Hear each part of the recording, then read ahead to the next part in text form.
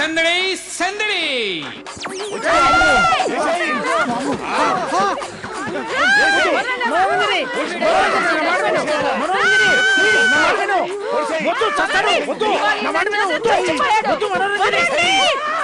మనోరంజని నా మాట విను. వద్దు, ఏదో పెద్దవాడు పొరపడ్డాడు, వదిలేసి నా మాట విను ప్లీజ్. నేనే పొరపాటు పడలేదు. 3వ నెల పసిగుడ్డు అంటే నాకు మొత్తం అర్థమైంది. తను ఒకటంటే మీరు ఒకటి అర్థం చేసుకున్నారు. మనోరంజని నా మాట విను. మనోరంజని ఆగమంటుంటే నువ్వు ఆగు. వదలండా వాడిని వేసేయనిడా. ఎక్కడ పోతారా? ఇంత అపాండం వేసిన తర్వాత నీ బతుకుని బజారు పాలు చేయకుండా ఎట్ట వదులుతావరా? నేనేమి చేయను, వదలండి. అయితే గుర్రం వదిలే. అమ్మయ్యా, ఎరా కొత్త పెళ్లి కొడక, నీకు పెళ్లి కావాల్సి వచ్చిందా? కోపం వస్తే ఎవరు కొడుతున్నారో తెలియకుండా ముసిగేసి మరి ఆ ఎస్ఐ నటేష్ కొడతారు.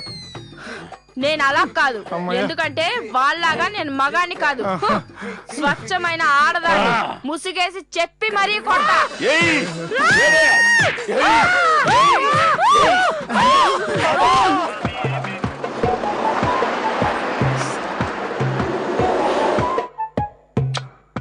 మా అమ్మాయితో ఈ జయచంద్ర పెళ్లి మ్యాటర్ ఈసారి అలాగైనా తేలిపోయేలా చేయ స్వామి.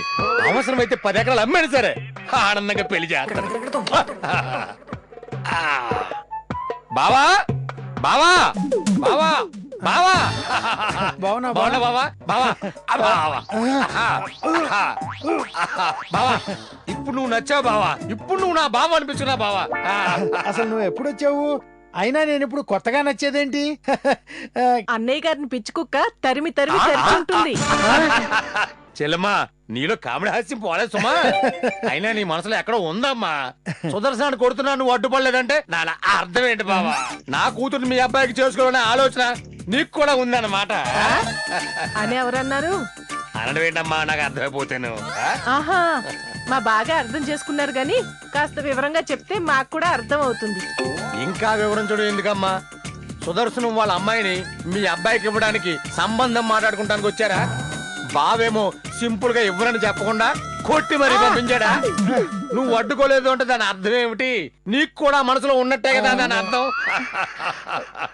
ఓహో, అలా జరిగిందని ఇలా జరిగిందని నీతో ఎవరు చెప్పారు బాబా? ఇంకెవరు? ఆ నట్టుగాడే చెప్పుంటాడు. మన మీద వాడు ఈ మధ్య రకరకాల కథలు అంటున్నాడు. అంటే నేను చెప్పినట్టు జరగలేదా? ఇంచుమించు అలాగే జరిగింది బావా. కాకపోతే నేను కొట్ల, మా పని మనిషి మనోరంజన కొట్టింది. ఆహా, ఇప్పుడు నా కంటికి ఇంకా గొప్ప బావా. బావా నువ్వు కొట్టకుండా పనుల చేత కొట్టి పంపించావంటే వాడు ఇంక అసలు సంబంధానికి రాడు బావా. ఇది కరెక్ట్, ఇంకెప్పుడు సంబంధానికి రాడు.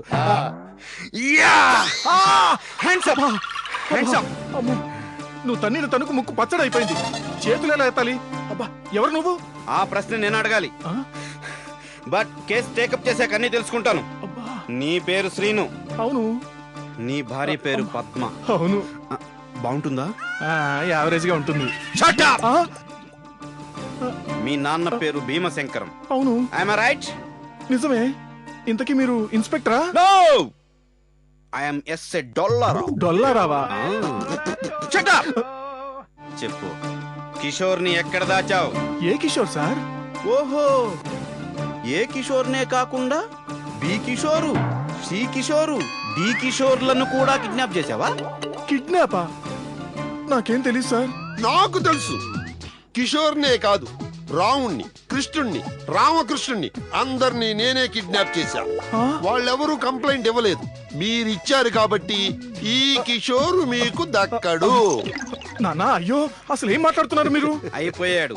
ఈ రోజు మీ నాన్న నా చేతిలో అయిపోయాడు. Mister Bhimashankaram, you are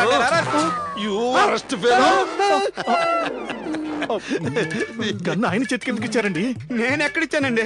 లాక్కున్నాడు. ఇదిగో, మా నాన్నకి కొంచెం కాలుస్తాడా? ఇదండి సందడి. మిగతా సందడి రేపు చూడండి. దీన్నే సందడే సందడి అంటారు.